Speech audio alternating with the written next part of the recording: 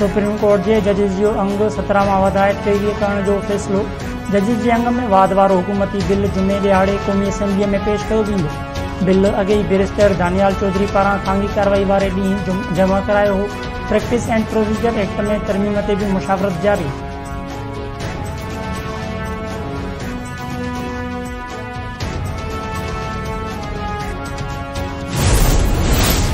Senate में 6वीं आईनी तरमीम जो पड़ालो। पीटीआई 27वीं तरमीम जो भी ज़िक्र छेड़े छॾियो। सेनेट में ॻाल्हाईंदे पीटीआई सेनेटर शिबली फराज चयो त 6वीं तरमीम अञा हज़म न आहे थी, वरी 27वीं आईनी तरमीम जी ॻाल्हि थी रही आहे। पार्लियामेंट बि मुकमल न आहे। सेनेट में केपी जी नुमाइंदगी रुकियल आहे। क़ौमी असेंबलीअ में मख़सूस सीटूं रहियल आहिनि। असां 1 साल खे दरबदर आहियूं। फैमिलीज़ भी तबाह थी वयूं आहिनि। सोचे सम्झी कानून साज़ी कई वञे। सुभाणे अवां भी पंहिंजे ई प्यार में फासंदा। सेनेट सीड एक्ट 1976 में वधीक तरमीम वारो बिल 2024 अक्सर राय सां मंज़ूर करे वरितो। पीटीआई पारां बिल जी मुखालफ़त कमेटी ॾांहुं मोकिलण जो मुतालबो।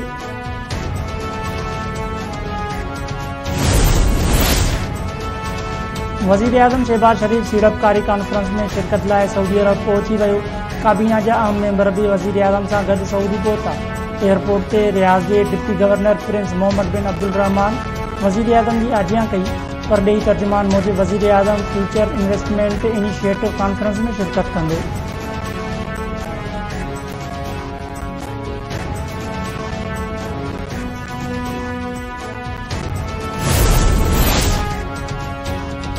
रूसी फेडरेशन के नायब बचाव वारे वज़ीर की अगवाणी में वफ़द जी हवाई फौज के सरबराह सां मुलाकात। एयर हेडक्वार्टर्स इस्लामाबाद में air chief marshal Zaheer Ahmed Babar Sidhu सां colonel general Alexander V Fomin मुलाकात कई। ISPR मूजिब मुलाकात दौरान फौजी ऐं सनअती सहकार वधाइण ते ॻाल्हि ॿोल थी।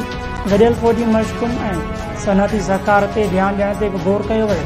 रूसी फेडरेशन के नायब वज़ीर दिफ़ा पाकिस्तान सां मिलिट्री सहकार जो अज़म वरजायो।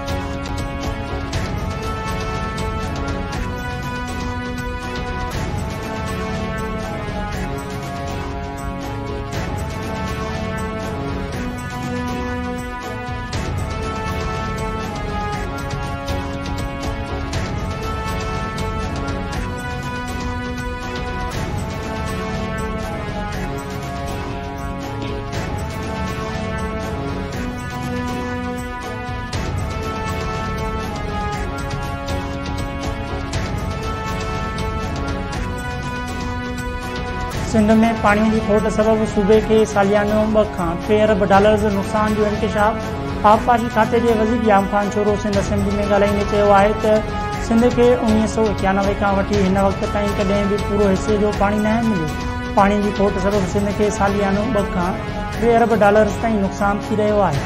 सिंध असेंबली में सवालनि जा जवाब ॾींदे याम खान चोरो चयो आहे त समुंड में पानी छोड़ न थियण सबब डेल्टा तबाह थी रही है। ज़मीनूं आबाद करण लाइ नंढा डैम ठाहे रहिया आहिनि।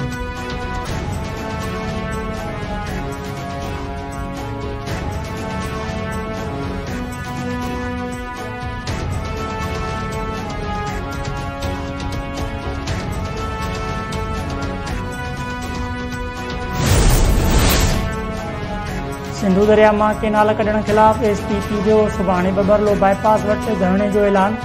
धरणे में सिंध के हारियुनि, आबादगारनि, वापारियुनि, सहाफ़ियुनि ऐं वकीलनि खे भी शिरकत की दावत। डॉक्टर मक्सी चयो आहे त गुज़िरियल 20 सालनि खां समुंड 2.5 लख ज़मीन गिरकाए चुको आहे। इहो सिलसिलो जारी रहियो त समुंड कोटड़ीअ ताईं पहुची वेंदो। जेसिताईं सिंध के हिस्से जो पानी न मिलंदो कुछ भी कबूल न कंदासीं। सिंधु ते कैनाल ठहण सां सिंध मक़तलगाह बणिजी वेंदी। वज़ीर आज़म सिंध जी अवाम सां ज़्यादती पियो करे। PP जा वज़ीर ऐं नुमाइंदा ऐवान में वेठल आहिनि, पर संदन ख़ामोशी सम्झ खां ॿाहिरि आहे। पीपल्स पार्टी नुमाइंदनि पाणी मामले ते ख़ामोशी न तोड़ी त संदन सियासत ख़त्म थी वेंदी।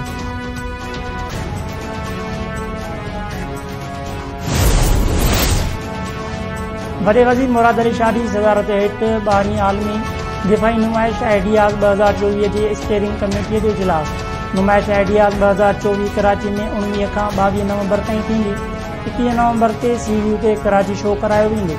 वॾे वज़ीर मुराद अली शाह चयो त आइडियाज़ 2024 पाकिस्तान जे स्ट्रेटेजिक लाॻापनि खे हथी वठाइण में अहम किरदारु अदा कंदो आइडियाज़ जे मौक़े ते शहर साफ़ सुथरो ऐं ख़ूबसूरत नज़र अचणु घुरिजे।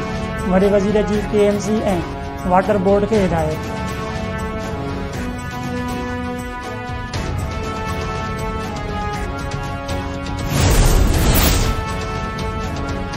पेशावर हाईकोर्ट बुशरा बीबी की हिफ़ाज़ती ज़मानत मंज़ूर करे वरिती। 14 ॾींहनि ताईं कंहिं बि केस में केस गिरफ़्तार न करण जो हुकुम।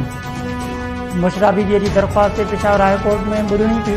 अदालत वफ़ाक़ी हुकूमत, FIA, नेब ऐं सूबाई हुकूमत खां केसनि जा तफ़सील भी तलब करे वरिता।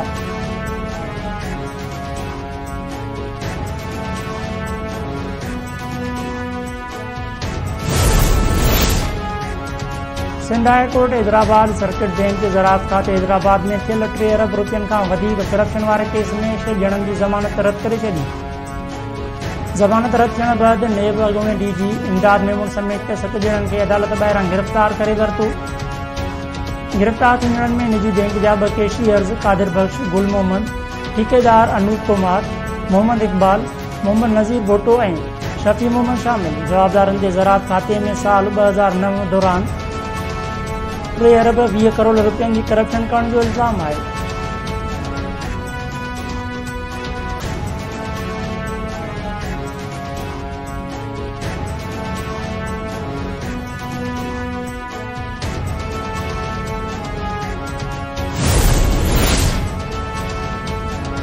KP जे ज़िले औरंगज़ई में दहशतगर्दनि जो पोलियो टीम ते हमिलो, 2 पुलिस एहलकार शहीद।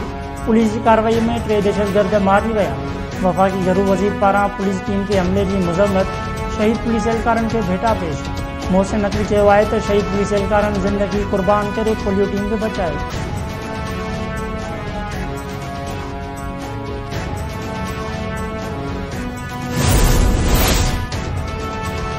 तोशाखाना केस 2 जी अडियाला जेल में ॿुधणी। बानी PTI पेश।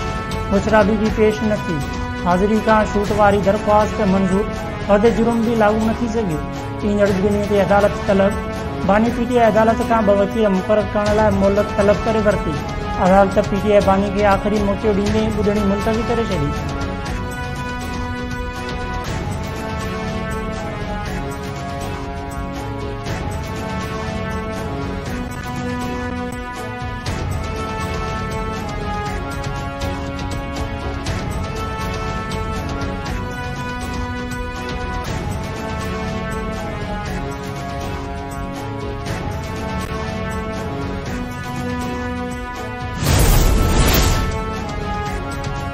हैदराबाद में हटड़ी पुलिस हथियारनि जी खेप हथ करे वरिती। 3 जवाबदार गिरफ़्तार। पुलिस जो चवणु आहे त मीरपुर ख़ासि खां ईंदड़ 2 कारनि मां तलाशी दौरान वॾे अंग में हथियार हथ कया विया।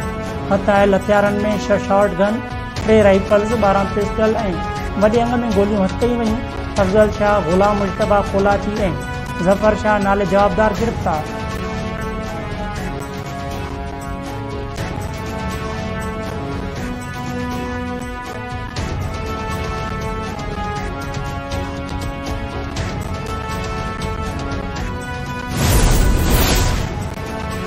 नवाबशाह में ड्रग पियाणी मायरा ख्वाजा जी मुबैना आपघात वारे वाक़े ख़िलाफ़ यंग डॉक्टर्स जो एहतजाज। ड्रग पियाणीअ जी आपघात मामले जी जांच करण जो मुतालबो। यंग डॉक्टर्स चयो आहे त शक आहे त ड्रग पियाणीअ खे क़त्ल कयो वियो आहे। इंसाफ़ मिलण ताईं एहतजाज जारी रहंदो।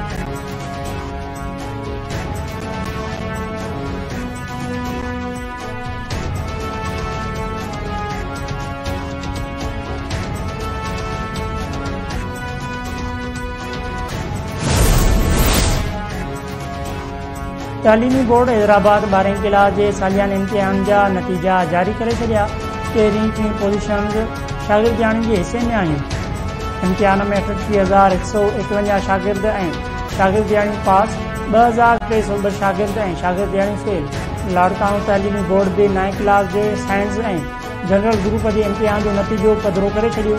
साइंस ग्रुप में कुल 52,706 उम्मीदवारनि इम्तिहान ॾिनो, जिन मां 37,815 पास ऐं 11,113 उम्मीदवार फेल थिया। 510 उम्मीदवारनि मथां कॉपी केस कयो वियो। 15 उम्मीदवारनि जो नतीजो काग़ज़ अणपूरा हुजण सबबि रोकियो वियो।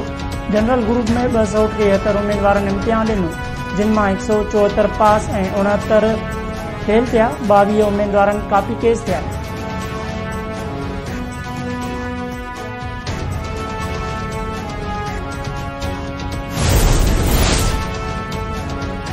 ऐं लबनान जे मज़ामती तंज़ीम हिज़्बुल्लाह जो नईम क़ासिम नओं सरबराह मुक़ररु।